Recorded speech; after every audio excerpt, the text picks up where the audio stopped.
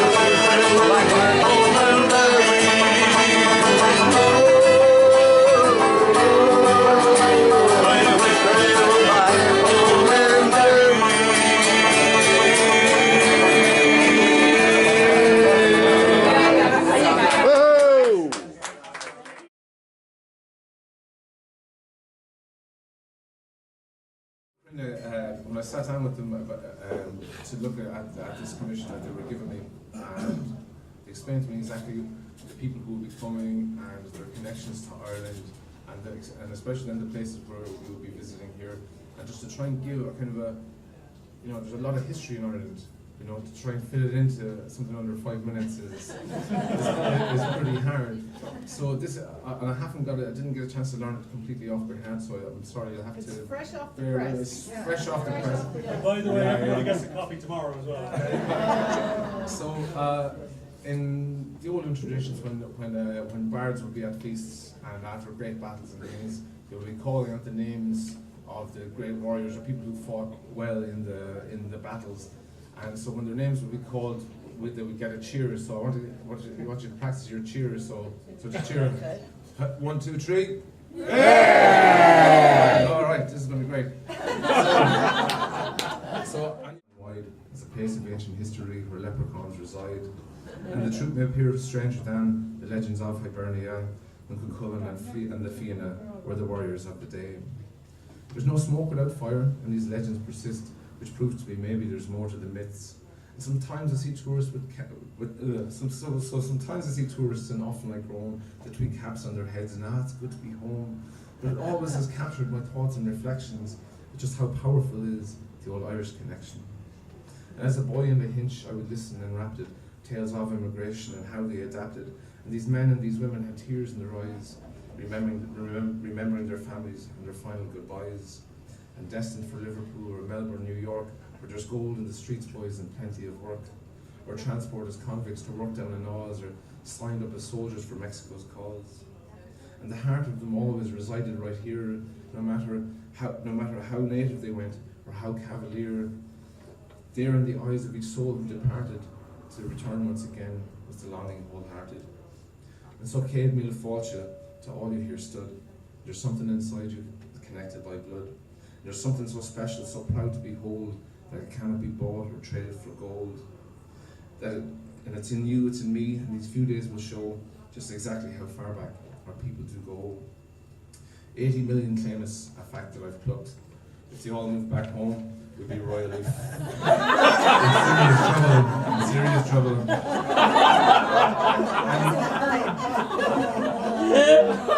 And being proud to be Irish, just what does that mean? Irish is Ireland. Is she or she being? To try to come up with a logical answer that handed the reins to this awfully chancer. Ireland broke off the UK after billions of years, floated off and just settled down west of Yorkshire. The ice had then melted and life took a hold. The bears, deers and wolves came out of the cold. Now there's myths and there's legends and myths of warriors, kings, bards and goldsmiths. Fomorians, Galicians and two-headed Danans, and the Vikings sailed inland via the Shannon. They plundered and looted, then married and settled. They traded our cattle, imported their metal, and blending in nicely their culture was mingled, spreading to Waterford, Cork and to Dingle. Hanlon, Hardy, O'Connor, Janine, Kennedy, Collins, Kelly, Maureen, Kelleher's, Holeys, Tiernans, Ryans, not forgetting, of course, the mighty O'Briens, McCarthy's, Driscolls, Sullivans, Ryan's, Burns, Dooleys, Barrett, O'Neill, and each of them chieftains recorded on the lore, defended the assignment but failed Baltimore. And slavery sadly a side effect trade to the Normans they landed and won through the blade.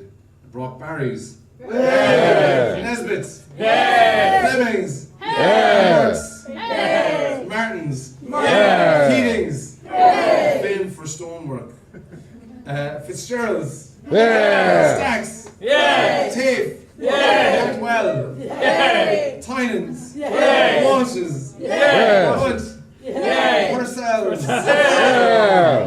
And onward their conquest was marriage and peace, but as much could be had with us rowdy Irish.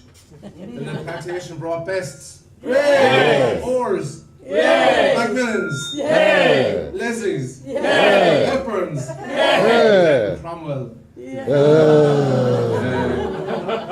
Turnbulls, McClements, Reeds, the Hamiltons, Coots, Mills, plenty of Wilkinsons.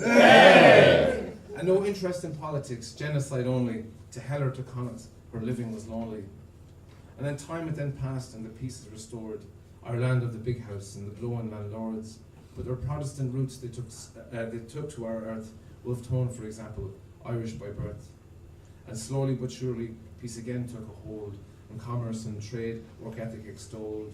Even Paisley himself coming round in the end, sworn enemies now became giddy best friends. Some argued his U-turn, a result of the stroke, but deep down he's accepted, he's a true Irish bloke. And the bloodshed and violence could have all been avoided, minus state propaganda and unequal employment. So I guess it's quite funny to look back at our roots. It's not all black and white with uncomfortable truths. And we're all bits of batter that went in the pot, to the famine and pestilence ended a lot. And Cove saw 2 million depart from her ports, your ancestors leaving in final resort. So now back to the present, and I hope you're not bored. And so far I haven't heard there is snore. So Céad Míle Fáilte, you're all welcome within. Here's to Ireland, to her people. Let the crack now begin. Thank you guys.